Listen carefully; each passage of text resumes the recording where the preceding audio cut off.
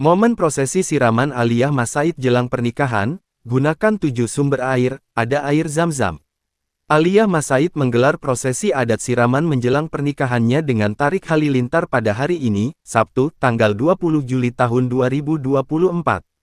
Diketahui, prosesi siraman Aliyah Mas Said digelar di Hotel Tentrem, Alam Sutera. Siraman Aliyah Mas Said menggunakan adat Jawa. Seperti prosesi siraman pada umumnya, ada air dari 7 sumber dan bunga Sri Taman. Aliyah sendiri tampak cantik dalam balutan untayan bunga melati. MC sebagai penuntun prosesi siraman Aliyah memberikan penjelasan.